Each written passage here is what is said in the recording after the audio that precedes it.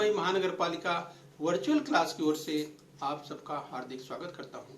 बच्चों, वैश्विक महामारी के चलते इस वर्ष पठन पाठन का कार्यक्रम प्रभावित हो रहा है। ऐसे में हमारी बृहन मुंबई महानगर पालिका ने प्रत्येक विद्यार्थी तक ऑनलाइन शिक्षण पहुंचाने की व्यवस्था की है। तो आइए बच्चों शुरू करते हैं। तो बच्चों, कक्षा 9वीं में आज हम पढ़ेंगे राजनीति शास्त्र। तो बच्चों, आप स्क्रीन पर देख पा रहे हैं इतिहास और राजनीति शास्त्र की पाठ्यपुस्तक आपको दिखाई दे रहे हैं। तो बच्चों, आज का विषय है राजनीति शास्त्र यानी पॉलिटिकल साइंस की बात करेंगे। और बच्चों, पॉलिटिकल साइंस में आज हम पढ़ने वाले हैं, आज का पाठ है भारत की सुरक्षा व्यवस्था पार्ट 2 यानी इंडिया डिफेंस सिस्टम पार्ट 2 आज हम पढ़ने वाले हैं। बच्चों, इसके पहले हमने भारत की सुरक्षा व्यवस्था पार्ट 1 पढ़ा हुआ है, तो थोड़ा सा रिवाइज करते हुए आगे बढ़ेंगे। तो मैं CS Patel, virtual training centre MCGM Mumbai से। आइए बच्चों आगे बढ़ते हैं। तो बच्चों, भारत की सुरक्षा व्यवस्था को लेकर यानी इंडिया डिफेंस सिस्टम की हम बात कर रहे हैं। तो सबसे पहले हम आपको थोड़ा सा रिवाइज कराएं। पार्ट 1 में हमने पढ़ा था बच्चों राष्ट्रीय सुरक्षा माने क्या, यानी व्हाट इज नेशनल सिक्योरिटी। तो बच्चों, इस संदर्भ में देखा था कि अंतर्राष्ट्रीय व्यवस्था पर संपन्न राष्ट्रों का प्रभुत्व किस तरह से देखा हुआ। बच्चों, हमने चर्चा किया था कि ये राष्ट्र कभी एक दूसरे के साथ सहयोग करते हैं, तो कभी कभी इनमें संघर्ष भी होता रहता है। और बच्चों, जब संघर्ष की बात करते हैं, ये सहयोग की हमने बात की, इसके साथ साथ कभी कभी किन्हीं मुद्दों पर विवाद और फिर संघर्ष की स्थिति पैदा हो जाती है। तो बच्चों, जैसे राष्ट्रों में कभी कभी सीमा संबंधी विवाद, यस, तो कभी कभी पानी के बंटवारों के लेकर संघर्ष, इस तरह की स्थिति कभी कभी बनती है। तो बच्चों, ऐसे में अंतर्राष्ट्रीय समझौता का पालन न करना और एक दूसरे के साथ निरंतर स्पर्धा, पड़ोसी देशों के से निर्वासित जो जत्थे आते हैं उनके संघर्ष के जो कुछ कारण है हो सकते हैं। बच्चों, तमाम कारणों की अगर बात करें, उसके कारण एक विसंगत सी निर्माण होती है। और बच्चों, ऐसे में समस्याएं जब उत्पन्न होती है तो उसके लिए कोई न कोई उपचार ढूंढना पड़ता है। जिस बच्चों, उसके लिए शांति वार्ताएं होती है और कभी कभी शांति वार्ताएं सफल नहीं होती है तो युद्ध की स्थिति बन जाती है। तो बच्चों, आज हम अगर नेशनल सिक्योरिटी की बात करें यानी अपने देश के संदर्भ में, तो हमारे देश की जो राष्ट्रीय सुरक्षा है बच्चों, ये किस तरह से व्यवस्थित रूप से हो, और इसकी व्यवस्था भारतीय संविधान में की गई है। तो बच्चों, आइए इसी क्रम में हम और आगे बढ़ेंगे। तो बच्चों, राष्ट्रीय सुरक्षा को संरक्षित करने के उपाय यानी ways to safeguard national security. बच्चों, राष्ट्र की सुरक्षा का संबंध भौगोलिकता के साथ, इस अगर हम इसे देखें बच्चों भौगोलिक दृष्टि से, अगर बच्चों देखें तो जो अधिक निकट होने वाले राष्ट्र हैं, ये बच्चों उनसे जो राष्ट्र को खतरा यानी सुरक्षा को, जो सुरक्षा की संदर्भ अगर देखा जाए तो बच्चों खतरे की जो संभावना है वो अधिक होती है। बच्चों, जैसे हमारी जो सीमा रेखाएं हैं उन पर जो मंडराने वाला कौन सा खतरा है, इस बच्चों ये पहचानना भी महत्वपूर्ण होता है। तो बच्चों, अगर भारत की बात करें, जैसे भारत देश के पड़ोसी देशों की बात करें, जिसमें चाइना है, पाकिस्तान है, यस, नेपाल है, अफगानिस्तान है, तो बच्चों स्क्रीन पर आप देख पा रहे हैं हमारे पड़ोसी देश है। तो सबसे जो हमारे अधिक नजदीक वाले राष्ट्र हैं, उनसे खतरे की संभावना सबसे अधिक होती है। बच्चों, पिछली बार पार्ट 1 में हमने ये सब अध्ययन किया था, थोड़ा सा हम आपको रिवाइज करते हुए आगे ले चलते हैं, राइट। तो चलिए ध्यान रखिए, सीमा रेखा के खतरे के संदर्भ में भी हमने पिछली बार चर्चा की थी। तो चलिए उसी क्रम में और आज आगे बढ़ने वाले हैं। जो भारत की सुरक्षा व्यवस्था यानी इंडिया सिक्योरिटी सिस्टम, थोड़ा सा हम और रिवाइज कर लेते हैं। इस बच्चों, जब भारत की सुरक्षा व्यवस्था की बात होती है बच्चों, तो स्क्रीन पर आप देख पा रहे हैं, राइट, कि भारत की जो सुरक्षा व्यवस्था है उसमें थल सेना, नौसेना और वायुसेना, इन तीनों सेनाओं का समावेश होता है। तो स्क्रीन पर आप देख पा रहे हैं, थल सेना की बात करें जिसमें आप देख रहे हैं किस तरह से महिलाओं का भी समावेश इस सेनाओं में किया गया है। ये बच्चों, तो भारत की थल सेना, नौसेना और वायुसेना, इन तीनों सेनाओं की हम बात कर रहे हैं। नेशनल यानी इंडिया सिक्योरिटी की बात कर रहे हैं, भारत की सुरक्षा व्यवस्था की बात कर रहे हैं। तो बच्चों, भारत के राष्ट्रपति की अगर बात करें बच्चों, भारत के राष्ट्रपति सभी रक्षा दलों के प्रमुख यानी supreme commander of the defence होते हैं। यानी भारत के राष्ट्रपति जो है सभी रक्षा दलों के सुप्रीम कमांडर होते हैं।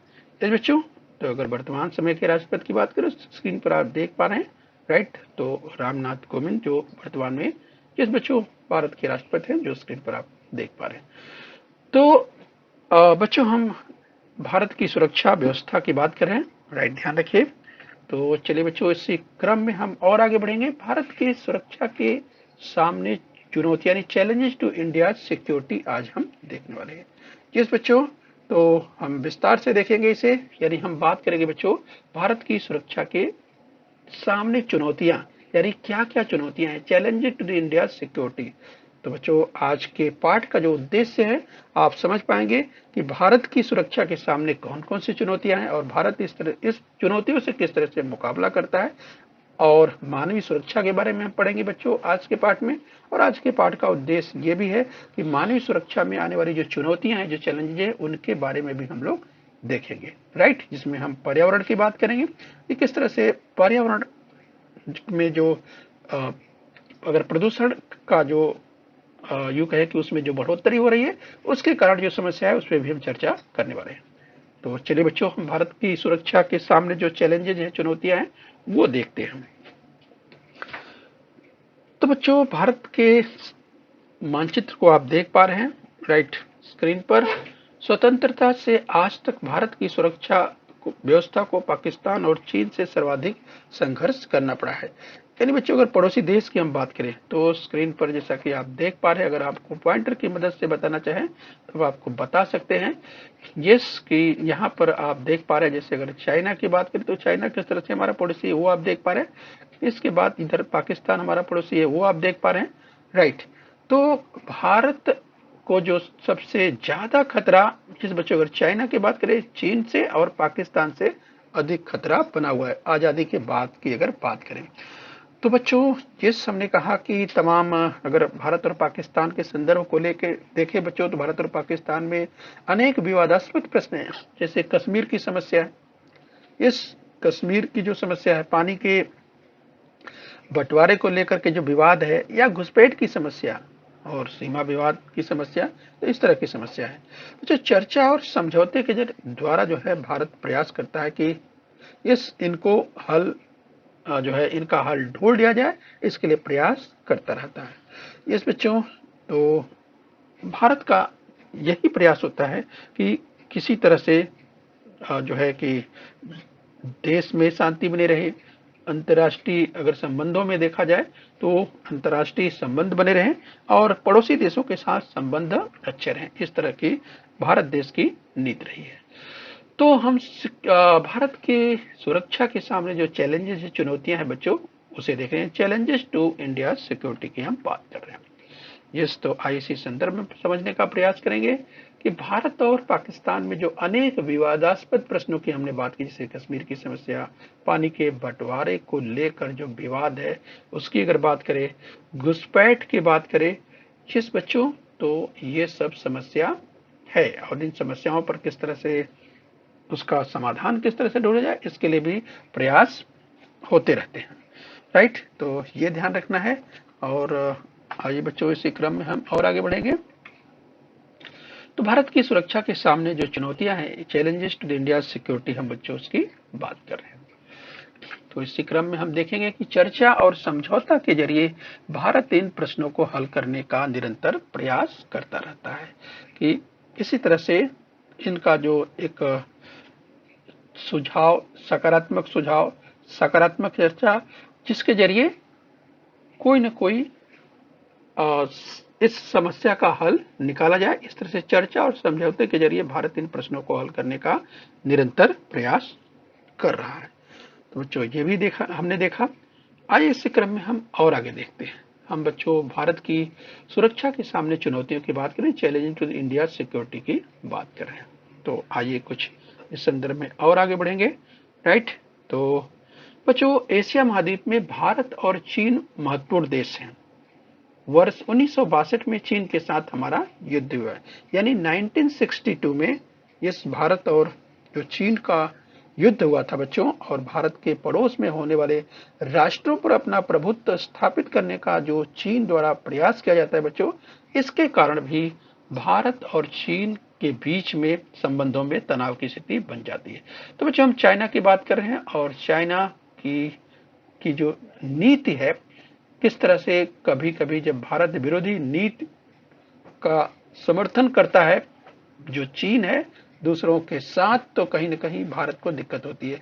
तो भारत चीन के संबंध में तनाव की स्थिति बनती है जब कभी भारत और चीन के बीच में जब संबंधों की बात आती है, तनाव की बात आती है, तो बच्चों इसका कारण कि चीन जो है वो कभी कभी अपना प्रभुत्व स्थापित करने की कोशिश करता है। और बच्चों इस तरह की जो सीमा विवाद संबंधी जो समस्या है, उन समस्या को लेकर के सीमा रेखा के संदर्भ में भी भारत और चीन में विवाद की स्थिति है।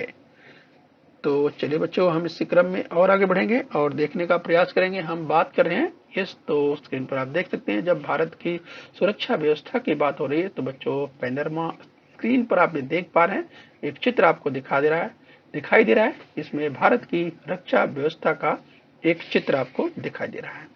तो चलिए इस क्रम में हम और आगे बढ़ेंगे और देखने का प्रयास करेंगे भारत की सुरक्षा के सामने चुनौतियां, यानी हम बच्चों बात करेंगे चैलेंजेस टू इंडिया सिक्योरिटी। तो चलिए इसी क्रम में हम और देखेंगे बच्चों भारत के पड़ोस में होने वाले राष्ट्रों पर अपना प्रभुत्व स्थापित करने का प्रयास चीन द्वारा किए जाने के कारण भारत चीन संबंधों में तनाव का निर्माण हो जाता है। राइट, तो हमने चर्चा की किस तरह से जो सीमा संबंधी विवाद है भारत और चीन के बीच में, इसके कारण जो स्थिति कभी कभी बनती है कि भारत और चीन के बीच में तनाव की स्थिति पैदा हो जाती है। राइट, तो ये भी हमको ध्यान रखना है। तो भारत की जो सुरक्षा के सामने की चुनौतियां की बात करें, challenges to India security, right, तो इसे ध्यान रखना है। आए बच्चे इसी क्रम में हम और आगे बढ़ेंगे। भारत की सुरक्षा के सामने जो चुनौतियां हैं वो हम देख रहे हैं। तो बच्चों सीमा रेखा के संबंध में भी भारत और चीन में विवाद है, इसकी हमने चर्चा की अभी कि किस तरह से भारत और चीन के बीच में सीमा रेखा के संबंध में भी विवाद की स्थिति है। और चलिए बच्चों इसी क्रम में हम और आगे बढ़ेंगे। भारत की सुरक्षा के सामने चुनौतियां हम पढ़ रहे हैं, चैलेंजेस टू इंडिया सिक्योरिटी की बात कर रहे हैं। आइए इसी क्रम में और आगे देख लेते हैं।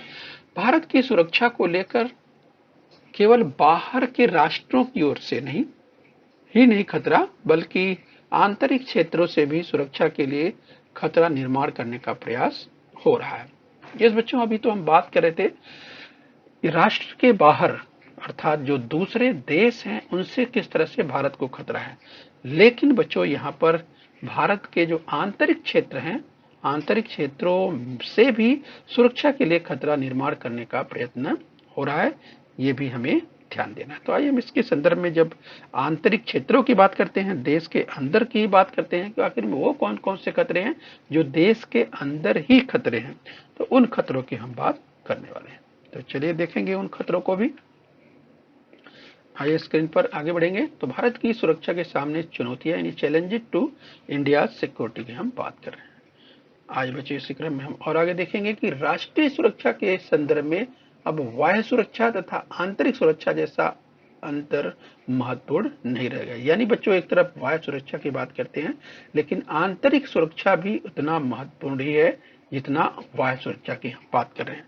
यानी किस तरह से भारत की जो सुरक्षा व्यवस्था है उसको मजबूत करने के लिए बाहर की सुरक्षा के साथ साथ देश के अंदर की जो समस्या है, जो गंभीर समस्याएं हैं, उनको भी यस निपटाने की जरूरत है। यानी उन पे भी विशेष ध्यान रख करके यस उन प्रश्नों का भी समाधान खोजने की जरूरत है। अब बच्चों अगर बात करें जिस तरह से देश के आंतरिक समस्याओं की बात करें, तो बच्चों धर्मवाद, प्रांतवाद, वैचारिक विभिन्नता, वंशवाद, आर्थिक आदि पर आधारित अनेक विद्रोही आंदोलन होते रहते हैं, और इसके अलावा जो अंतर्गत क्षेत्रों में अस्थिरता निर्माण करते हैं, और जिसके कारण जो है देश की जो आंतरिक समस्या है बच्चों, वो समस्या बढ़ती चली जाती है। जैसे बच्चों नक्सलाइट मूवमेंट की बात करें, यानी जो नक्सलवाद का आंदोलन है बच्चों, समय समय पर किस तरह से जो नक्सलवाद आंदोलन है वो कभी कभी अपना उग्र रूप दिखाता है और बच्चों बड़े पैमाने पर हिंसा होती है। तो इस तरह से जो नक्सलाइट मूवमेंट हमारे देश में चलाया जा रहा है बच्चों, ये जो अस्थिरता निर्माण करने की स्थिति पैदा होती है, तो इसके कारण भी समस्या होती है। राइट, तो ध्यान रखना है बच्चों, यहाँ पर हम आंतरिक जो समस्याएं हैं, भारत की जो आंतरिक समस्याएं हैं उनकी हम बात करें। हमने बात की धर्मवाद, प्रांतवाद, वैचारिक भिन्नता, वंशवाद, आर्थिक आज पर जो आधारित अनेक विद्रोही आंदोलन है, उनके कारण हमारे देश में जो अस्थिरता का निर्माण होता है, उस तरह की समस्या से निपटने के लिए सरकार को प्रयास करने पड़ते हैं। जैसे बच्चों हम बात करें नक्सलवादी आंदोलन, जिसे नक्सलाइट मूवमेंट कहा जाता है, और बच्चों ये आंदोलन जो है बड़े पैमाने पर कभी कभी अपना उग्र रूप दिखाता है। तो चलिए बच्चों, इस क्रम में हम और आगे अध्ययन करेंगे, तो चलिए आगे बढ़ेंगे।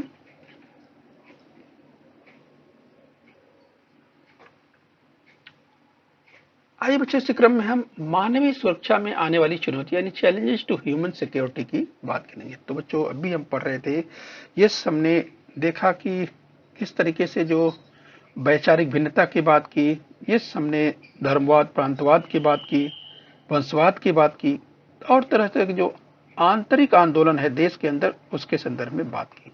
तो बच्चों आइए इसी क्रम में एक बड़ी चुनौती की हम बात करेंगे, मानवीय सुरक्षा में आने वाली चुनौतियों की हम बात करेंगे। तो बच्चों मानवीय सुरक्षा में आने वाली सबसे बड़ी चुनौती है आतंकवाद। तो बच्चों टेररिज्म की अगर बात करें, आतंकवाद की बात करें, तो आतंकवाद एक बड़ी समस्या है। तो स्क्रीन पर बच्चों आप देख सकते हैं कि कभी अगर मुंबई की बात करें बच्चों, इस मुंबई में जो आतंकवादी हमला हुआ था, इस बच्चों तो उसे भूला नहीं जा सकता। और एक बड़ा हमला आतंकवादी जो हुआ था बच्चों, उसके कारण कितना बड़ा नुकसान हुआ, और बच्चों आपको याद होगा इसकी काफी प्रयास के बाद ये उस पर जो है अंकुश लगाया जा सका। तो बच्चों इस तरह से जो आतंकवाद की समस्या है, एक गंभीर समस्या है, और इस समस्या केवल भारत देश की नहीं है, बल्कि ये वैश्विक समस्या है, अंतर्राष्ट्रीय समस्या है। इसको विश्व के तमाम देश जो है इस समस्या से ग्रसित है। यानी हम आतंकवाद की बात कर रहे हैं, टेररिज्म की बात कर रहे हैं। तो इस तरह से बच्चों जब हम आतंकवाद की बात करते हैं, तो आतंकवाद एक बड़ी समस्या है, और आतंकवाद नष्ट हो इसके लिए भारत प्रयत्नशील है, और एक वैश्विक समस्या है। राइट, और पूरे विश्व में इस तरह की आतंकवादी घटनाएं होती रहती हैं। तो चलिए बच्चों इस क्रम में और पढ़ेंगे, हम मानवीय सुरक्षा की बात करें यानी ह्यूमन सिक्योरिटी की बात कर रहे हैं। तो बच्चों राष्ट्रीय सुरक्षा की कल्पना में शीत युद्ध के बाद तेजी से परिवर्तन हुए, और बच्चों वह जो परिवर्तन की बात करें वो अधिक व्यापक हो गई। राष्ट्रीय सुरक्षा का तात्पर्य केवल देश की सुरक्षा नहीं, बल्कि उस पर रहने वाले नागरिकों की भी सुरक्षा, इस तरह का विचार आगे देखा गया। तो राष्ट्रीय सुरक्षा में नागरिकों को केंद्र में रखकर विचार करना मानवीय सुरक्षा के संदर्भ में देखा जाता है। यस बच्चों, क्योंकि उसमें देश की सुरक्षा अंततः नागरिकों के लिए ही होती है। तो यहाँ पर नागरिक जो है यानी जो सिटीजन है, देश के नागरिक हैं, वो केंद्र में होते हैं। हम मानवीय सुरक्षा की बात कर रहे हैं यानी ह्यूमन सिक्योरिटी की बात कर रहे हैं। आज बच्चों इस क्रम में हम और आगे प्रयास करेंगे, मानवीय सुरक्षा में आने वाली चुनौतियों की बात करेंगे। यस बच्चों, तो जिसमें पर्यावरण प्रदूषण के कारण भी मानव जीवन के लिए खतरे का निर्माण हुआ है। बच्चों तो यहाँ पर जो समस्या की बात करें, जो पर्यावरण की हम बात करें, तो बच्चों इस तरह से जो खतरों की अगर बात करें, उसमें इस खतरों से किस प्रकार से मनुष्य की रक्षा करना, उन्हें शिक्षा, स्वास्थ्य तथा विकास के अवसर जो है देना, ये अपेक्षित है। जिसमें निरक्षरता की बात करें, दरिद्रता की बात करें यानी गरीबी की बात करें, अंधविश्वास की बात करें, पिछड़ापन को दूर करने के साथ साथ सम्मान के साथ जीने के लिए अनुकूल परिस्थितियों का निर्माण करना, राइट, ये भी जरूरी है। और बच्चों हम अगर जब पर्यावरण की बात कर रहे हैं, तो स्क्रीन पर आप देख पा रहे हैं कि एक पर्यावरण प्रदूषण एक बड़ी समस्या है। तो स्क्रीन पर बच्चों आप देख पा रहे हैं, जिस पर्यावरण की अगर बात करें, तो यहाँ पर देखिए जो बच्चों कल कारखानों से निकला हुआ जो धुआं है, ये बच्चों जो कि विषाक्त होता है, और ये जो विषैला धुआं है, देखिए बच्चों किस तरह से पर्यावरण को बड़े पैमाने पर प्रदूषित कर रहा है, और बच्चों इससे मनुष्य को तमाम प्रकार की बीमारियां होती है, और जिसके कारण जो है लोगों का स्वास्थ्य बिगड़ता जाता है। तो इसलिए पर्यावरण के प्रदूषण किस तरह से नियंत्रित किया जाए, इसको किस तरह से कंट्रोल किया जाए, ये सबकी जिम्मेदारी बनती है। राइट, तो ये ध्यान रखना है। तो चलिए इसी क्रम में हम और आगे बढ़ेंगे। तो बच्चों, हम पर्यावरण की प्रदूषण की बात कर रहे हैं।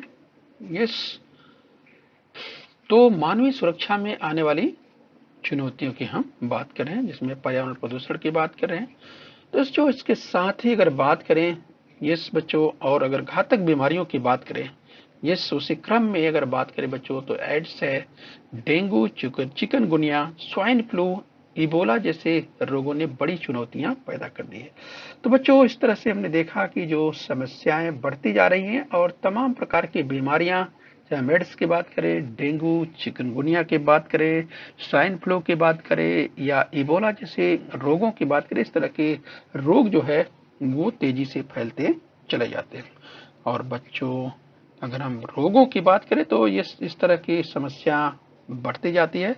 और बच्चों, यूं कहें कि वर्तमान समय में बच्चों बात करें तो जो स्थिति अगर हम बात करें बच्चों, एक वर्तमान समय में कोरोना की स्थिति जो फैली हुई है, राइट, तो उसको भी आप समझ सकते हैं, इससे तमाम लोग प्रभावित होते हैं और ये भी जो वैश्विक परेशानी है, यहाँ पर उसकी चर्चा हम कर सकते हैं। यस बच्चों, जो कि विश्व के तमाम देश इससे प्रभावित हैं और बड़ी संख्या में उसका असर देखा जा रहा है।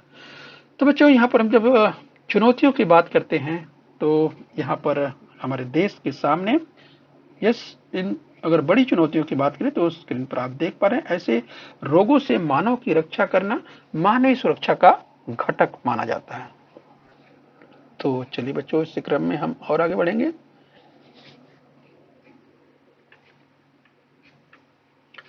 तो पर्यावरण प्रदूषण यानी हम पोल्यूशन की बात करें तो स्क्रीन पर हम आपको दिखाते हैं कि जो वस्तुओं का इस्तेमाल लोग करते हैं और उसे यह तत्व फेंक दिया करते हैं। तो बच्चों, इस नालों के माध्यम से, गटर के माध्यम से, इसके बाद छोटे नालों और नदियों के माध्यम से किस तरह से देखिए ये जाकर के समुद्र में बच्चों जमा होते हैं और कितना खतरा बनते हैं समुद्र के जो जीव जंतु हैं उनके लिए। और बच्चों, जल तो प्रदूषण होता ही है, इसके साथ साथ उसमें जो जीव रहते हैं, मछलियां रहती हैं, राइट, उनको कितना नुकसान पहुंचाता है। तो इस तरह से ध्यान से आप देखिए कि कितना खतरनाक स्थिति बनती है। तो ऐसे में लोगों को सजग रहना जरूरी है और इस तरह लोगों को ध्यान देने की जरूरत है। यस, तो इसके बारे में भी सजग रहना है। तो चलिए इस क्रम में हम और आगे बढ़ते हैं। बच्चों, हम पर्यावरण प्रदूषण की बात कर रहे हैं तो चलिए हम कुछ और चित्र आपको दिखाते हैं। कि देखिए बच्चों, पर्यावरण के प्रदूषण की बात करें तो यहाँ पर भी आप देख सकते हैं बच्चों किस तरह से पर्यावरण का प्रदूषण यहाँ पर दिखाई दे रहा है। इस तो पर्यावरण के प्रदूषण के कारण इस तरह की स्थिति, इस बच्चों नदी, इस नालों और के माध्यम से किस तरह से तमाम कचरा कूड़ा जो जाकर के नदियों के माध्यम से फिर वो धीरे धीरे समुद्र में पहुंच जाता है। तो इस तरह बच्चों इसको भी ध्यान देने की जरूरत है और ये भी समस्याओं की अगर बात करें तो ये भी समस्याओं में शामिल है। तो चलिए बच्चों, आज हम अभ्यास कर लेते हैं। तो आपके सामने स्क्रीन पर एक कथन है, वो देखिए कि कथन सत्य है या असत्य है। और बच्चों, अगर कथन असत्य है तो उसे सत्य करके लिखना है, राइट। तो चलिए सामने स्क्रीन पर एक कथन देखिए, भारत और पाकिस्तान में अनेक विवादास्पद प्रश्न हैं, जैसे कश्मीर की समस्या, पानी के बंटवारे को लेकर विवाद, घुसपैठ की समस्या, सीमा विवाद आदि। तो क्या ये कथन सत्य है? याद कीजिए बच्चों। तो बच्चों, आपको याद आ गया होगा, हमने इसकी चर्चा की थी कि भारत और पाकिस्तान में अनेक विवादास्पद जो प्रश्न हैं, जैसे हमने कहा कश्मीर की समस्या, पानी के बंटवारे को लेकर विवाद, घुसपैठ की समस्या या सीमा विवाद, इस तरह के प्रश्न हैं।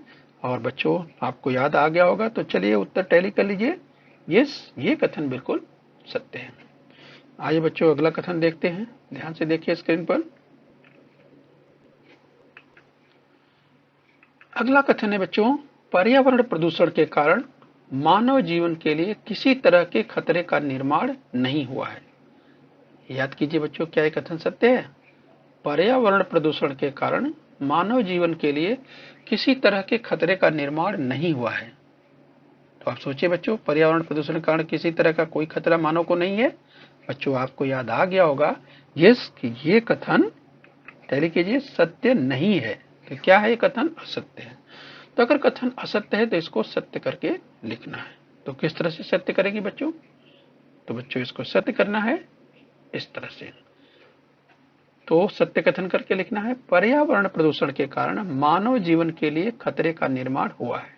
इस तरह से इसको सत्य करके लिखना है। तो बच्चों आप लिखेंगे उत्तर, सत्य कथन, पर्यावरण प्रदूषण के कारण मानव जीवन के लिए खतरे का निर्माण हुआ है। ठीक है बच्चों, तो चलिए आगे बढ़ेंगे और अभ्यास कर लेते हैं। चलिए एक और कथन लेते हैं, ध्यान से देखिए स्क्रीन पर।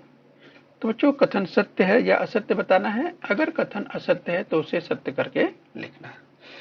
तो चलिए कथन और देखिए, धर्मवाद, प्रांतवाद, वैचारिक भिन्नता, वंशवाद, आर्थिक आदि पर आधारित अनेक विद्रोही आंदोलन अंतर्गत क्षेत्रों में अस्थिरता निर्माण करते हैं। तो बच्चों भारत की जब आंतरिक समस्याओं का अध्ययन कर रहे थे, तो हमने ये समस्या देखी है। तो बच्चों आपको याद होगा, तो आप सोचिए कि क्या ये कथन सत्य है? धर्मवाद, प्रांतवाद, वैचारिक भिन्नता, वंशवाद, आर्थिक आदि पर आधारित अनेक विद्रोही आंदोलन अंतर्गत क्षेत्रों में अस्थिरता निर्माण करते हैं। तो क्या ये कथन सत्य है? आपको याद आ गया होगा इस बच्चों। तो बताइए, टैली कीजिए। चलिए तो बच्चों ध्यान से देखिए, यस टैली कीजिए, ये कथन बिल्कुल सत्य है। तो बच्चों आपने देखा कि धर्मवाद, प्रांतवाद, वैचारिक भिन्नता, वंशवाद, आर्थिक आदि पर आधारित अनेक विद्रोही आंदोलन अंतर्गत क्षेत्रों में अस्थिरता का निर्माण करते हैं। ये कथन बिल्कुल सत्य है। तो इस तरह से बच्चों हमने आज अध्ययन किया। बच्चों हमने मानवीय सुरक्षा में आने वाली चुनौतियों के संदर्भ में देखा, हमने मानवीय सुरक्षा क्या है उसका अध्ययन किया, हमने देखा भारत की सुरक्षा के सामने जो चुनौतियां थी उसका अध्ययन किया। यस बच्चों, तो हमने आज देखा भारत की सुरक्षा व्यवस्था पार्ट 2 हमने समझ लिया है। तो चलिए बच्चों, हम उम्मीद करते हैं कि आपने समझ लिया है। अपने स्वास्थ्य का ध्यान रखना है बच्चों और खूब परिश्रम करना है। यस बच्चों, तो खूब मेहनत कीजिए और बच्चों अपने स्वास्थ्य का ध्यान रखें। ठीक है बच्चों, तो चलिए खूब मेहनत करते रहिए। ओके बच्चों। बच्चों बृहन मुंबई महानगर पालिका के इस चैनल को सब्सक्राइब कर लीजिए और बेल आइकन प्रेस कर लीजिए। तो बच्चों हम उम्मीद करते हैं यहाँ तक आपने समझ लिया है। आगे फिर मिलेंगे। आज के लिए इतना ही। Thank you very much.